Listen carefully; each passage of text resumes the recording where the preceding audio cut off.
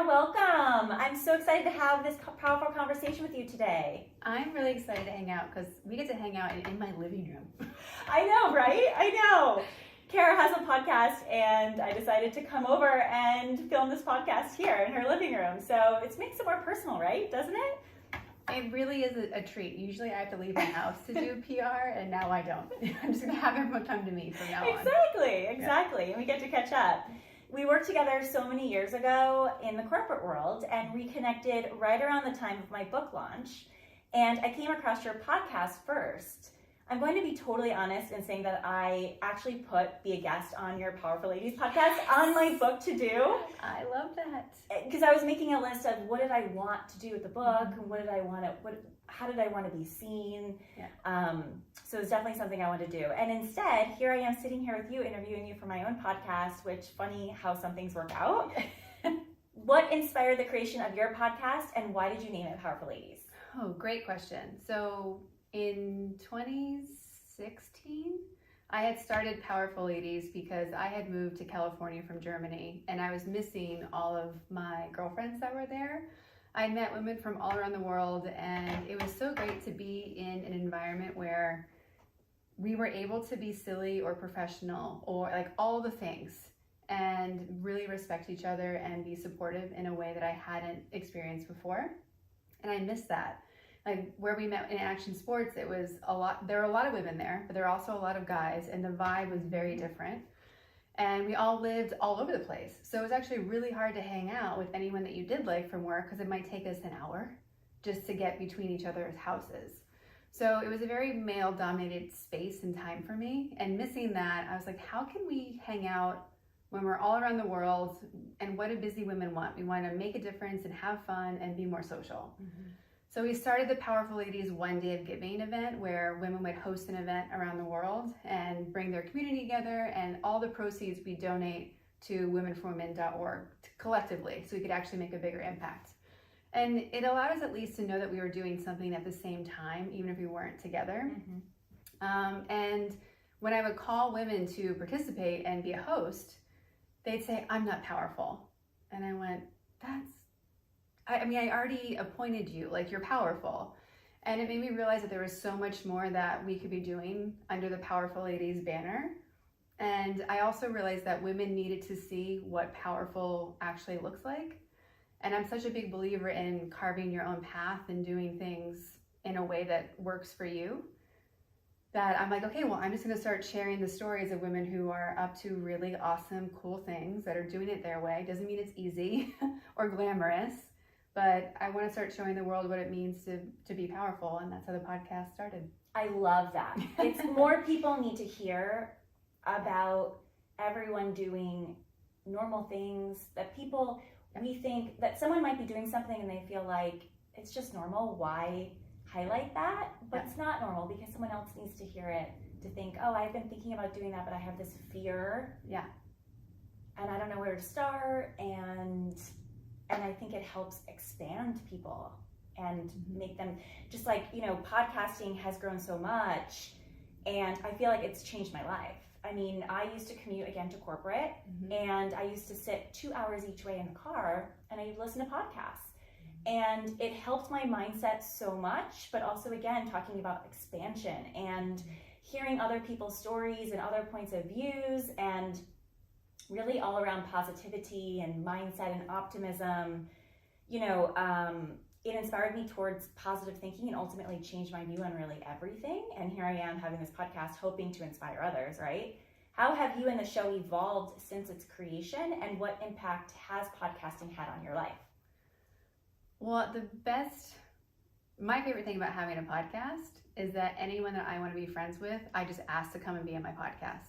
Like it's the easiest gateway to be like, you're cool, let's hang out. Actually, I have a podcast, you should be a guest. Because being a guest on a podcast is so beneficial for whomever it is because it's often free PR. Yeah. And no matter what you're up to, you need more of it and proof that you're a sane person that can have a conversation. But it's really been such a great golden ticket to say, I want to be friends with you, I want to talk to you. Like we all have lists of people that we would want to have over for dinner. because we want to talk to them, probably more than we want to feed them. Yes. So I can just skip the food part, even though I love food, and be like, let's just talk. And I've genuinely made new friends because of it, and people who I would never have guessed I could have been friends with. So, you know, your podcast talks a lot about like taking a chance and going for things, and there have been so many people I've invited to be on the show that I'm like, there's no way they're gonna say yes. And they would be the first to come back and say, I'll do it, let's meet up. And we are still in communication, which I think is so amazing. That's amazing. How I've evolved in the podcast, I've gotten way more relaxed about it. I used to spend the whole day like preparing, and I'd clear my schedule and I'd get there early. We used to do it in studio before COVID, now we don't anymore.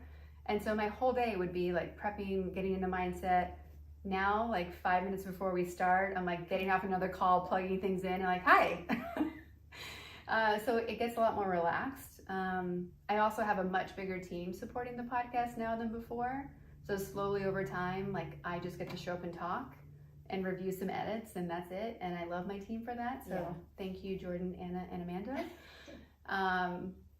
And it's the scrappiness in the beginning. I feel like I'm so scrappy right now, and I'm literally learning everything. Yes. Editing audio, hooking up equipment. Like it just came when we were trying to, troubleshoot the equipment hookup, and I feel like I'm such a geek now on equipment that I have no interest in learning at all. But, and also you said community. I mean, I'm loving the people that I'm meeting, and I feel like I'm connecting with people and reconnecting with people through this. Even with my book, I had so much anxiety about being seen and getting out there, hearing my voice, having people see me. And now it's like I'm jumping out and just loving what I'm getting back. Yeah. I know people talk a lot about getting stressed out about making the first thing perfect. Yeah. Most people hate their first episode, their first video, their first song, like fill in the blank. My first episode was so, may I swear? Oh, you're okay. I don't know. I have clean, but it's totally fine. Then I won't. So, my first episode was so amazing that I went, oh my gosh, this is going to work. Like, this is going to work. Like, I could not believe what great content my guest had given me. And this guest has been on many times thereafter. But it blew my mind. Now, have I had podcasts that I think are horrible since then? For sure. I will never admit which ones out loud.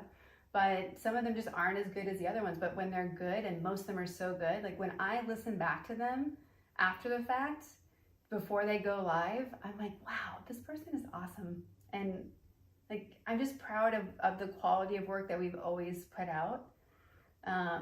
But you just have to start, because until you're in motion, it doesn't matter. Like, go play. We're going to mess up. We're going to have to try things, but that's what life is, and that's what makes it more fun. You can't be proud of yourself if you didn't geek out on equipment first. 100% you have to start. I mean, I would never have published a cookbook if I didn't start. Right. I had no idea what I was doing, and you probably had no idea what you're doing with podcasting, right?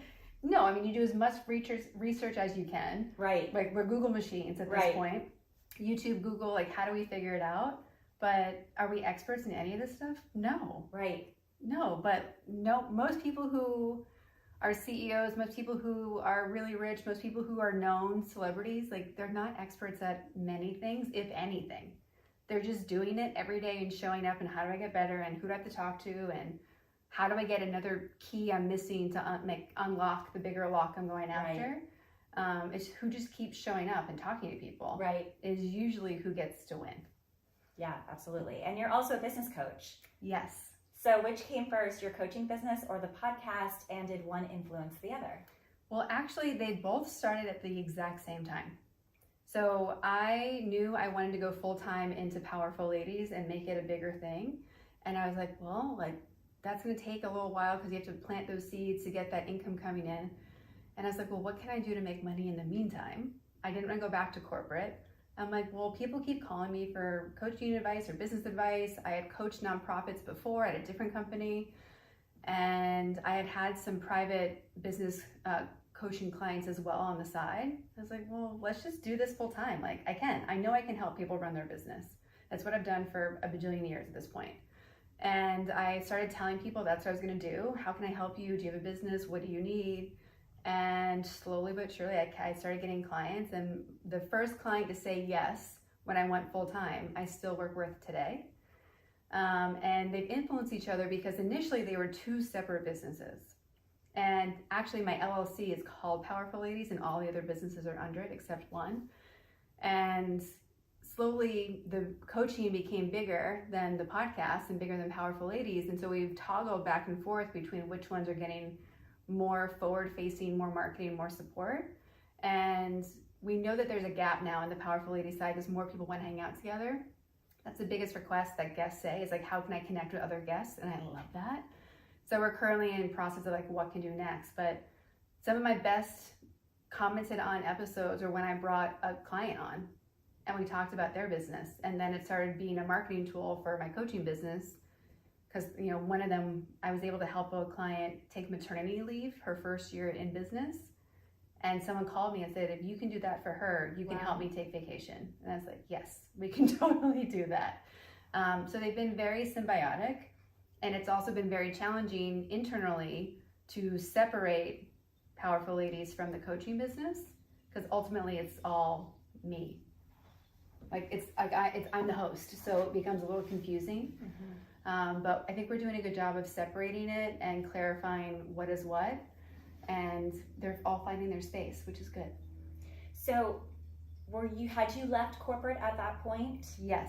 Okay. So I was working, I had gone to my last corporate job and it was with a startup that did a lot of cool things and they just started running out of money. They're like, you're expensive, like we gotta let you go. I'm like, okay, because I didn't want to commute anymore anyway, thank you. And your role with them was sort of consultant type or full-time? Well, it was full-time, okay. Yeah. I was head of operations for them. And yeah, they just kind of ran out of money. I got laid off and I knew I could have gotten another job. But I was like, no, like I had started Powerful Ladies when I was still back at DC. And that was so long ago at that point, and it kept getting louder and louder. And I was like, I can't ignore this. I have a chance right now to not go get a job and just jump in and do this. I'm gonna go. You were getting little pings. Oh, yeah, and they kept getting louder. Like, yeah, the universe has a really good way of starting to scream in your ear after a while. What's the thing? You get hit with a feather, and then you get hit with, I don't remember what, a brick, and then you get hit by a car. They're like, are you gonna listen? And I was like, I need to listen. Like I should have listened before I took this last job. And that's why it didn't work out. And I just got chills with you saying that because starting this podcast, there's been a couple times where I said, why am I really doing this? Do I really want to do this? This is a ton. Why am I doing this? And I'm getting signs as I'm doing this. Mm-hmm. I think I'm on the right path. Yeah. And you get these little signs from, you said, the universe. Mm-hmm. That's like, okay, you're on the right path. Keep doing it. And it's kind of fun to get little, you're like, okay, I don't know what that means. And then it keeps getting louder and louder. And you're like, I still don't know what you're trying to tell me, but I'll figure it out, right? I mean, it's so true. And of the guests who have come on, there's such a recurring theme. If you're going to jump into either entrepreneurship or some creative endeavor, or just take a path that everyone else is telling you is a bad idea, but you know it's true. Everyone universally says that if you look for them, there are signs telling you it's the right thing. Things start working out. There's more flow in what you should be doing. I think that's why one of the most recommended books on the podcast is Big Magic by Elizabeth Gilbert. Because there's so much mystery that we can tap into if we want to. And I know for myself, like the only reason I meditate is so I can listen to what I already know more and like just take a moment. Even if I'm just panicked, I'll put my hand on my high heart and just say, what do I know? Okay, that's what we're gonna do. And making choices is scary, no matter which way you choose, but which one's more fun? Like, if it's gonna be scary, let's choose the scary and fun one versus the scary and not fun option. So when you left corporate, you had that space sort of created to sort of think about, what did I want to do with this? Where did I want to go with the powerful sort of, what does powerful mean to you? Oh my goodness. Powerful to me means choosing what you know is right for you and like choosing, courage, like to go be brave and do it.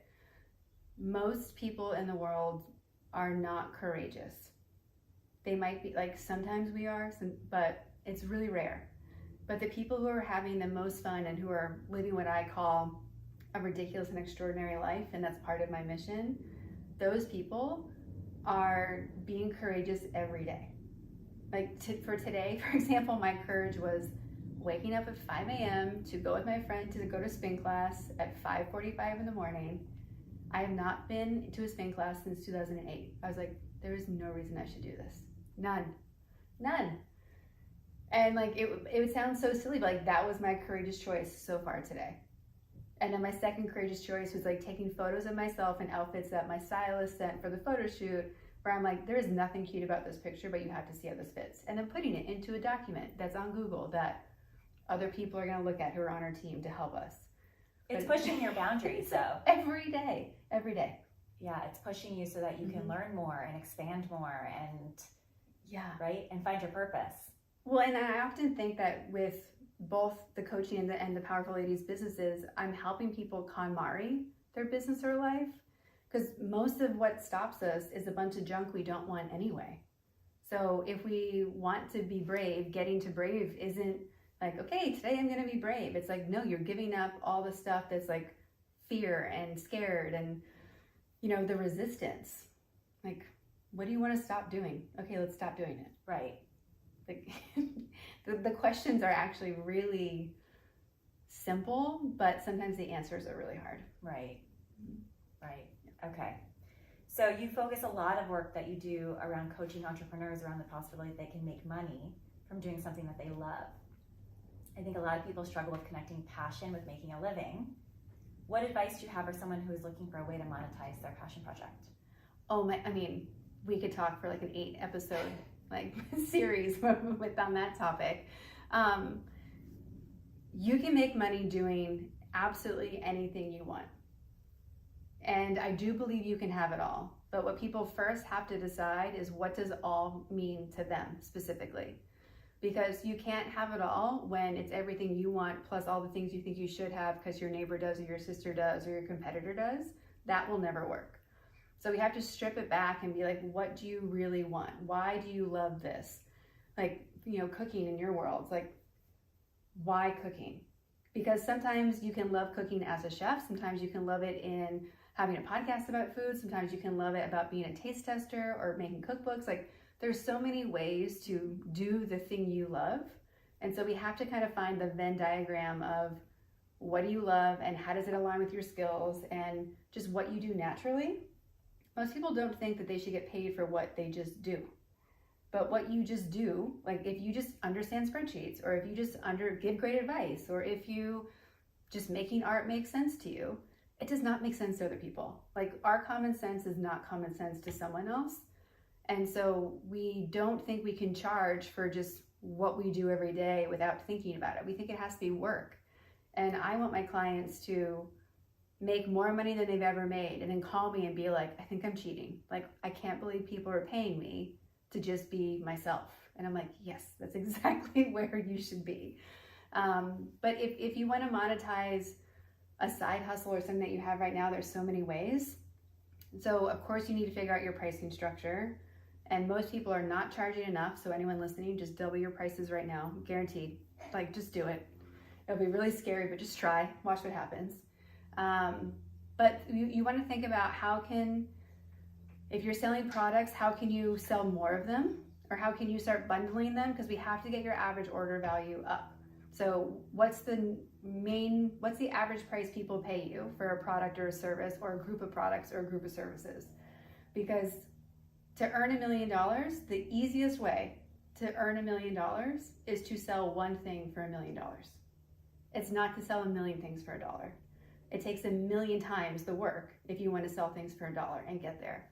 And we so often think that we don't want to bother people. We don't want to be a burden. That's it. I hate these words. That's it. So, you feel bad charging that, or Right. You don't have worth. A lot of people have a lot of worth issues with charging, but it's really an exchange of energy. It's an exchange of energy. It's like helping someone have something they couldn't have on their own. Like, I mean, I can get really creative. I'm not a painter. So if I want a painting, I have to pay for it. There's so much value you're adding to people, whether it's to make their lives happier, easier, simpler, them to get to their goals faster, help them make more money, help them, serve better meals in healthy ways, be able to celebrate with their family more. There's this great exercise that Tony Robbins, I know him as a source, it might be somebody else, but it's called the 7-layer exercise, where you keep asking someone why. Like, why do you want a cookbook? Oh, I love food. Why do you love food? And you keep asking why deeper and deeper, up to 7 times. What you answer on that 7th answer is usually exactly what you should be selling. And I'm a bit like, my coaching style is all about this triangulation of why are you doing it, who are you doing it for, and what are you giving people? And it's not the cookbook, it's not the podcast, it's the transformation and emotion that you're giving someone. So if you need to sell that. Don't sell me the t-shirt, sell me the emotion and transformation I'm gonna get. Or what kind of brand, what's the cool factor? And so often people are like, here's my painting, do you want it? And it's like, no, I don't need a painting. Well, do you want happiness and joy and a beautiful life? Yes, oh, here's my painting. It fills that need. And so we don't think about how we're changing people's lives and what gift we're giving them. We just think, oh, I need to ask for $35 for this t-shirt. And it's like, well, why not you? Like, all these brands that I work for, they're great, and no one, like, they're not a person. Like, go support the person, tell that story. Does that answer your question? Okay. Yes. I love this quote that you recently posted on Instagram, which to me is so inspiring for us to follow what it is that lights us up. Life is too short to settle for mediocrity. Embrace every moment, chase your dreams, and live your best life. Whether it's traveling the world, starting a business, or simply finding joy in the little things, don't let fear or doubt hold you back. Take the leap and choose extraordinary. What lights you up about the work that you do, both with your coaching business and the podcast, and how has it changed your life? Okay, so what lights me up about my business are so many things. Part of the secret to your earlier question about how do you know what you should monetize or how to monetize it, if it gives you energy back, charge for that. Like, even though you're getting it, like, charge for it, because your work and what you get paid for shouldn't drain you. It should be at a minimum a symbiotic relationship. When I'm coaching with clients, I get off these calls and I'm so proud of them. I'm so excited. It's so interesting what they're doing. I have clients across so many spaces, and to see people taking the risk to live a life on their own terms, to build a team, to change their communities, to put these products that sometimes are super vulnerable and emotional and personal out into the world, I'm just so proud of them. Like, it's so important who you surround yourself with, and I only bring on clients that I would want to go on vacation with and hang out with. And you don't always know that at the beginning, right? But that's my dream client meets that criteria. And most of my clients I have hung out with, I have traveled with, like, we've done personal activities together, and it's because they're just great people. And getting to be selective about who I surround myself with has made my life better, because I'm continuing to, have boundaries, but just embrace that there's so many good, amazing, interesting people out there. Why would we hang out with anyone else? So it's changed my life in that way. Obviously, it's changed my life in how I earn a living and what I get to do. I used to travel a lot, and then when you start a business, you have no money, and then COVID happens, and then you can't go anywhere anyway. Right. And so it's been so great in the past year and a half to finally be able to get out and meet clients around the world, to do events, to do more workshops. I miss that part of, I really miss having someone else pay for my travel, but at least it's tax deductible. Right. But my values, everything that I care about is built into my business in some capacity. And so getting to run my business means that I get to live a life that really is filling my soul, at least most of the time. All of us have stress and anxiety, but it's 90% positive. So it's like building a community for you. That's really Yeah. How did you get clear on what filled your soul? Well, I think we're so hard on ourselves when people are like, I don't know what my passion is, or I don't know what my thing is. Right. We're muddied with this, in our head. Yeah. I think sometimes we don't take enough time to try things. So if you don't know what you like doing, go do something that sounds ridiculous to you. I started taking jujitsu or training jujitsu just before COVID. I got it in about 8 lessons. I looked so dumb. Like, I was laughing at myself for being so bad at it, but I hadn't done something totally new in that physical sense in such a long time that it brought out all this play and curiosity and like being able to laugh at myself that I didn't have for a long time. And so we need to take on more things that are new. I think that's a big way to find it. I think sometimes too, what we think are our passions have been influenced too much by other people. I ask everybody on my podcast about like 8-year-old them, if they don't bring it up themselves, because there's something about that time when you're childlike enough to have full imagination access, but like functioning in the adult world enough to know how things work. So you're right in that beautiful bridge zone. Whatever 8-year-old you wanted to do is probably a great idea to start doing now. And that's where a lot of people are realizing that they're making money doing something that they love doing then, which I think is really interesting. And then for me, I really like to live by the rule of, is this fun or not? Yeah. If it's not not hell fun, yes, yeah, then go for it. If it's not, or if it's a maybe, then no. yeah. And I've had to do a lot of work with that in like social settings, because I like being a yes to things, because I just believe in the yes cycle as well. I'm like, yeah, that sounds fun, but I have to tap back in and say, do I really want that? Right. Like, would I change if I had the option to go to Paris or do this thing? Would I still choose this thing? Right. And I'm like, no, I choose Paris. I'm not going to go. I'm going to stay home. I'm going to read. I'm going to do something else that's good for me. So I've been trying to be more and more selective. I'm also spending more time with my introverted side, because I think that also allows me to get back to knowing more of what I actually want and who I need in my life and where I should go next. You seem to be continuously pivoting toward what brings you joy. How do you continuously find what it is that lights you up, even if it continues to change and evolve? And what advice do you have for someone who's looking to find what it is that lights them up? Well, I think advice for someone who's looking for it, there's so many ways that we can get connected back to ourselves. You can journal, you can try different things, like I said before. I also think what's really great, I have a whole interview script where you can interview other people in your lives about you, because so often the way that you can make money, someone else knows you're great at, but you know it so well you've forgotten it. Yes. So or don't realize it. Yes. Yeah, to you it's just common knowledge. Like, of course you blow dry your hair in this order, and you're like, what? I never knew that. Like those memes where they say, I was this many days old when I learned fill in the blank. There's so many things like that we don't give ourselves credit for. So asking people in your life when they remember you being really happy, or what you're really good at, what your strengths are, is equally, as important as asking them where they think you keep hitting barriers, or what would someone wish for you, is a really interesting question to ask.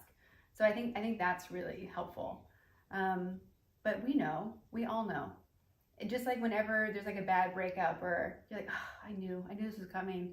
Like, we know. So why do we stop listening to ourselves? I had a conversation recently with a woman about how women have been trained in modern culture to ignore our intuition. Like, we have been told, like, no, you're being emotional, or you're being ridiculous, or whatever it is. And the more we can listen to that, the stronger and happier we'll be, because the goal is to get back to being able to choose in 5 seconds, which Mel Robbins says a lot with that too. It's so true. Mm-hmm. Like, I struggle with that. I know that I get these little feelings and pings to say, okay, maybe try that. But then I get stuck in my head, and I don't know how to read my intuition or listen to it. Yeah. Well, I think another part of it too is we know what we might want, but because we don't know how, we don't do it. You just need to know what you want. Like, the rule of manifesting or starting anything is, what do you want? If you're like, I want $1 million, great. Do you know how to make $1 million? No. Okay, what do you do? Who could you ask? What could you Google? And we don't ask other people enough. We don't tell other people what we want. We don't invite people into creating it with us. We think we have to do it all on our own. And the more that you can share with people what you want, you will get there faster, guaranteed. Because someone always knows someone, or has something, or hey, you should talk to this person, or did you try this? As a human society, we already have all the answers that we all need. We just aren't talking to the right people about them. Right. Yeah. And failing to be courageous and taking the chance to actually follow our instinct. Yeah. Right? Yeah. Yeah. Yeah. Mm-hmm. Thank you so much for having this conversation, Kara. I loved coming over and having this chat and reconnecting. And where can people find you, follow you, listen to the podcast? Sure, there's lots of places. So you can find almost everything at karaduffy.com. I'm on Instagram, Kara_Duffy. Powerful Ladies is at Powerful Ladies. And you can listen to the podcast anywhere podcasts are available, even Audible, Spotify, Apple. Great. Thank you so much for coming on. Thank you so much for having me.